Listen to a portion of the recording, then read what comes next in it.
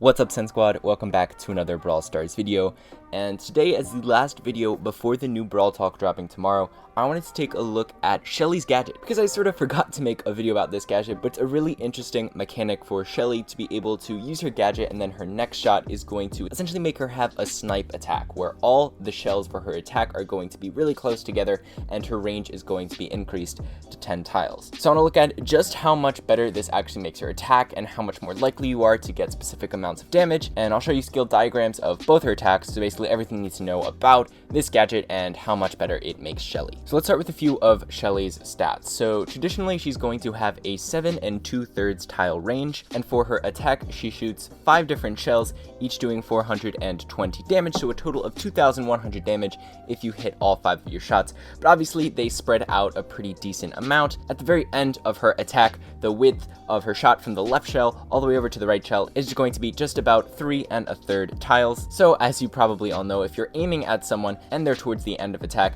you're only going to be able to hit 2 of those shells, and if you want to get more, you just have to go closer. So I used the range and the width of her attack at certain points, did some basic trigonometry, and I was able to make a scale diagram of her main attack, which looks like a sector, and it's this shape right here. And I've also divided it into 5 equal sections, and those lines are basically dividing off where each of the 5 different shells from her attack are going. So if a person's hitbox covers 3 of these different sections, then they're going to be getting hit by 3 different shells, so 3 times 420 damage. And I was actually able to look at where a hitbox would line up with these lines and basically figure out the changing points from where it changes from you hitting 5 shells on a hitbox to 4 shells, 4 shells to 3 shells, and so on. And so from those cutoff points, I was able to actually color code the diagram like this. So if any part of an opponent's hitbox is within that red area, then it's possible to hit all 5 shells on them as long as you aim it perfectly in the center of their hitbox. If they're in orange, then you can hit up to 4 shells, in the yellow up to 3 shells, and in the yellow-green area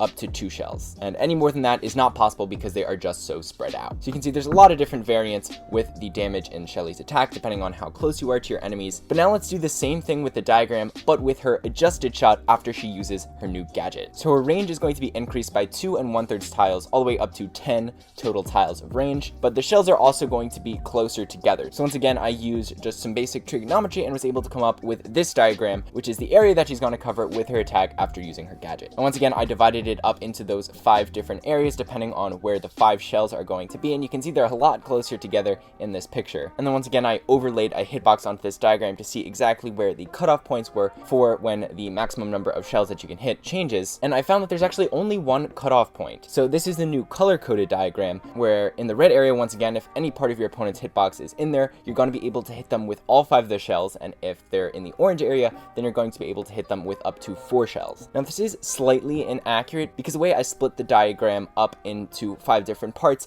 didn't account for the fact that the width of the shells themselves are going to be the same, but that's only a minute difference, so it's only going to be plus or minus, I would say, a half tile for all these calculations. So this cutoff point right here is 7 tiles away from where you are shooting the shot. So if your opponent is anywhere within those 7 tiles close to you, then you're going to be able to hit them for max damage with this gadget. And that's compared to the 2.5 tile range that you have to hit them with 5 shells with her normal attack. And then in terms of the orange area, with her normal attack, they have to be within 3.5 tiles of you to get those 4 shells off, but after her gadget, you just basically have to hit them at any range. So those full 10 tiles, you're going to be able to hit them with up to 4 shots. So this gadget essentially increases those critical ranges by almost 5 tiles. So it's a really significant increase, and it's definitely really useful just to increase her range in general, because it's going to let you hit opponents that you wouldn't otherwise be able to hit regardless of how much damage you're doing. But there's definitely going to be a significant increase in damage overall, assuming you're hitting your shots, and that's the key here. Because after using your gadget, if you miss by, say, a tile,